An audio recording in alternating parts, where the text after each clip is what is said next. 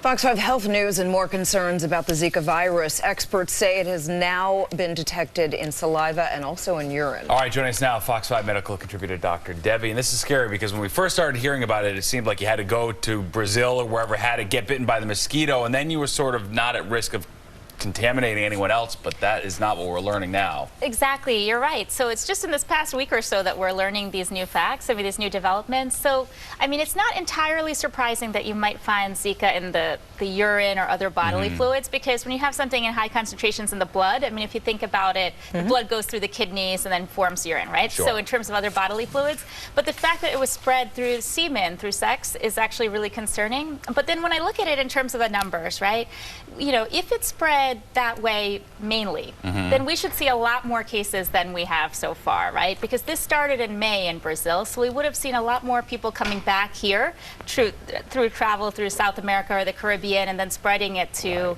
let's say, women who were pregnant, they were coming into contact with here. So I think, perhaps it can be spread that way. The CDC confirmed the one case, but it can't be a major route. Mosquitoes must be the major route. Yep. And it's still worth it for them to do more investigation, because if you look at, let's say, pregnant women in the past with bacteria or other spread, sometimes it was doctors or hospitals that were actually spreading contaminated instruments that were spreading the bacteria or the infections. Yeah, well, let's hope that they get this under control. Right, no, that is a good point, Agreed. though. Right, just being able to see it in the blood doesn't mean it can be transmitted that way, urine, etc. All right, well, how about this? We're talking about a novel pilot program that the Pentagon hopes will encourage our military men and women to stay in the service. We were going to talk about this yesterday. We ran out of time.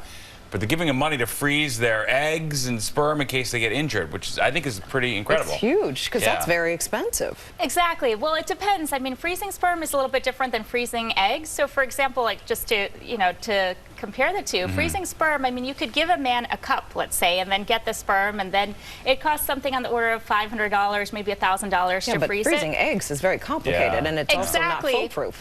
Think about it, to get the egg, you actually have to go into the belly, so it's a surgical procedure. Freezing it, we're talking about tens of thousands of dollars, and then the success rate is actually really variable, right? So, as doctors, we usually tell people, if you can do something the natural way, avoiding medications, avoiding procedures, just try to do it that way, not just pregnancy, but any health issue. So the idea of trying to purposely delay childbearing, not because you have a fertility issue, but because you're trying to work for the military, that raises some ethical concerns too, right? And then it's on the taxpayer's dollar. Right. It is interesting because it's a perk I associate with Silicon Valley. Google and Facebook have been rolling this out, and I don't know, I think everyone's sort of taken by surprise to see this.